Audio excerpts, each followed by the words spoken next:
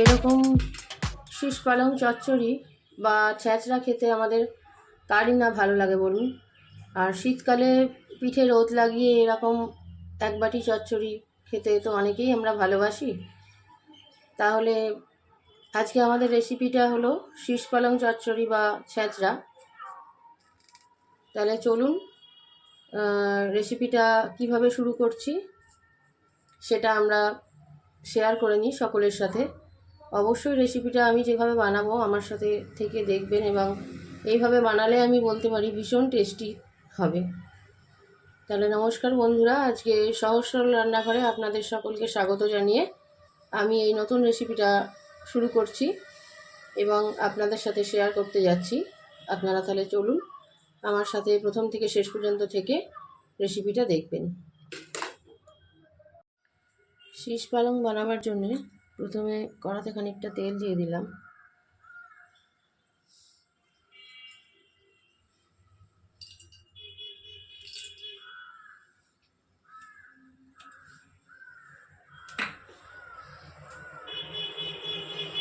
এবার ওই তেলের মধ্যেই আমি কতগুলো বড়ি ভেজে নেব।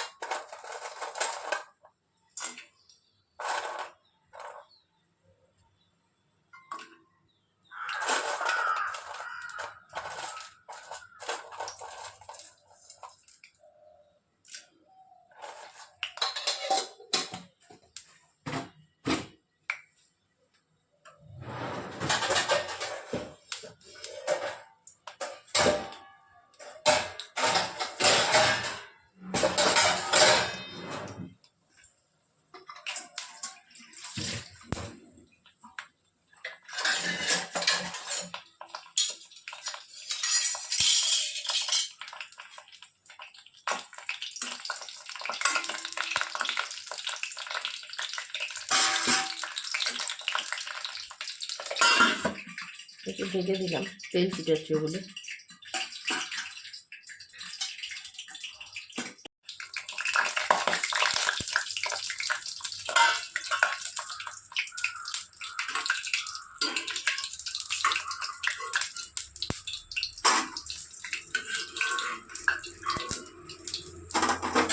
এবার এর মধ্যেই আমি অল্প করে একটু লবণ দিয়ে দেব।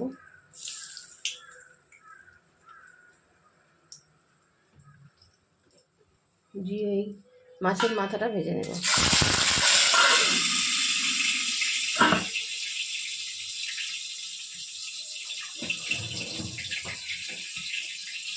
এটা ঠিক শীষ পালং চচ্চড়ি নয়, মানে ছ্যাঁচড়া টাইপের বানাচ্ছি। সব রকম সবজি দিয়ে মাছের মাথা দিয়ে একটা ছ্যাঁচড়া রেসিপি।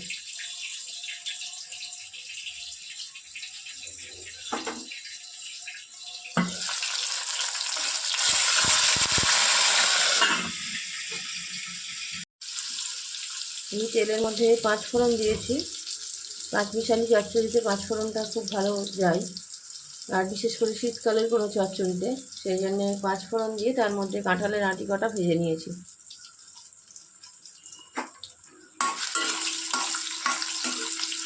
এবার এর মধ্যে আমি যে সবজিগুলো নিয়েছি সেগুলো এক এক করে দিয়ে দেব।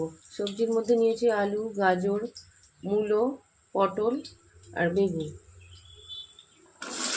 এর মধ্যে মূলোটা আমি ভাজতে দেবো না, কারণ মূলোটা ভাজলে সেন্টটা নষ্ট হয়ে যায়। মূলোটা যখন শাক দিয়ে ঢাকা দিয়ে রেখে দেবো সেই টাইমে মূলোটা দেবো। তার আগে আমি এই সবজিগুলোকে দিয়ে দেবো। এবার দিলাম গাজর।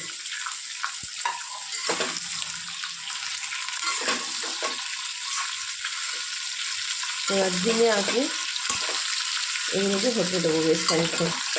এর থেকেই জল বেরিয়ে গলবে সবজিগুলো। আলাদা করে জল না দিয়ে সবজি থেকে জল বেরিয়ে যদি রান্না করা যায় তাহলে যে কোনো তরকারির টেস্টটা খুব ভালো আসে। এর মধ্যে আমি একটু হলুদ দিয়ে দেব।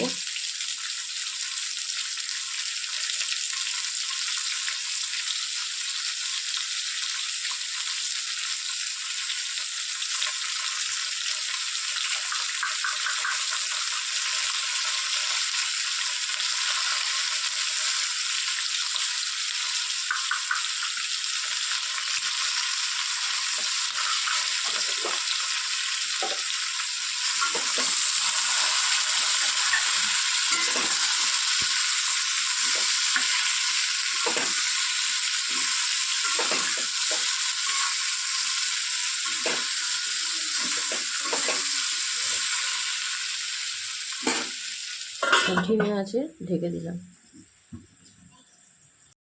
আচ্ছা, এবার আমি একটা মশলা তৈরি করে নেব। এর মধ্যে একটু দেব তিল, আর দেব একটু চার মগজ।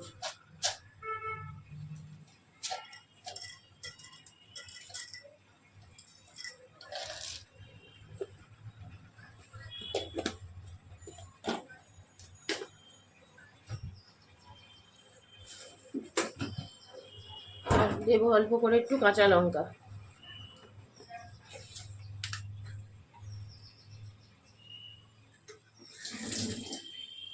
কাঁচা লঙ্কা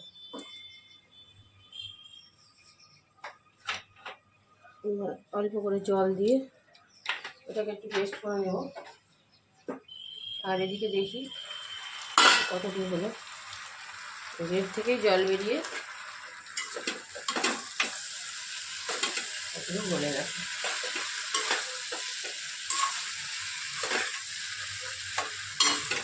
নুনটাও ভেঙে গেছে, নরম হয়ে। মশলাটা পেস্ট করে নেব।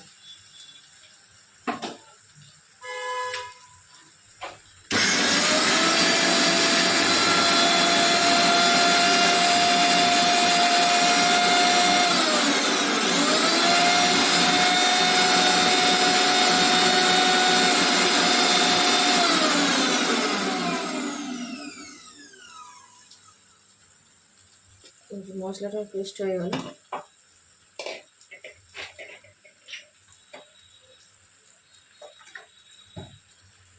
এবার এর মধ্যে আমি এটাকে একটু জল দিয়ে মশলাটা দিয়ে দিলাম।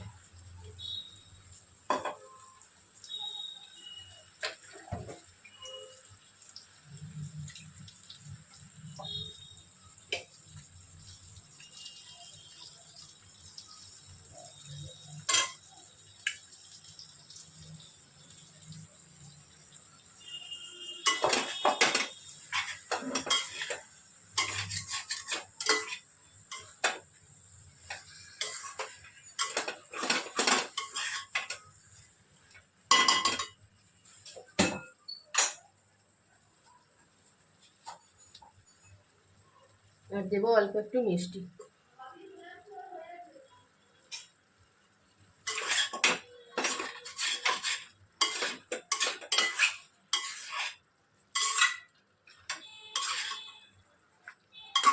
আর একবার একটু ঢেকে রাখবো, যেহেতু মশলাটা দিলাম, তারপরে নামিয়ে নেব।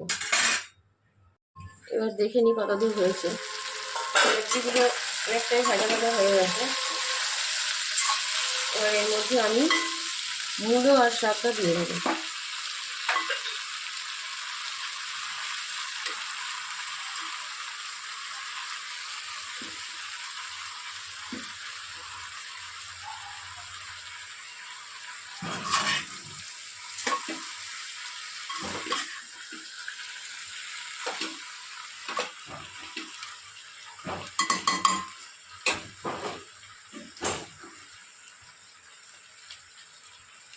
শাকের থেকেই জল বেরোবে, দিয়েই জিনিসটা সেদ্ধ হয়ে যাবে।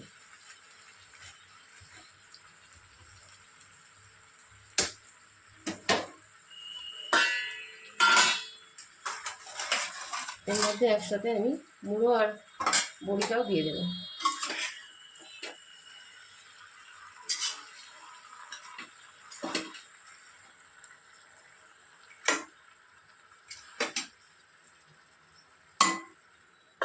ঢেকে রাখলাম।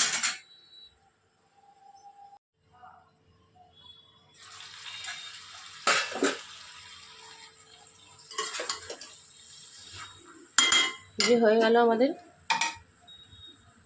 শীষ পালং রেডি। একটু সামান্য লবণটা কম হয়েছে বলে একটু লবণ দেব। ব্যাস, তাহলেই হয়ে গেল শীষ পালং রেডি।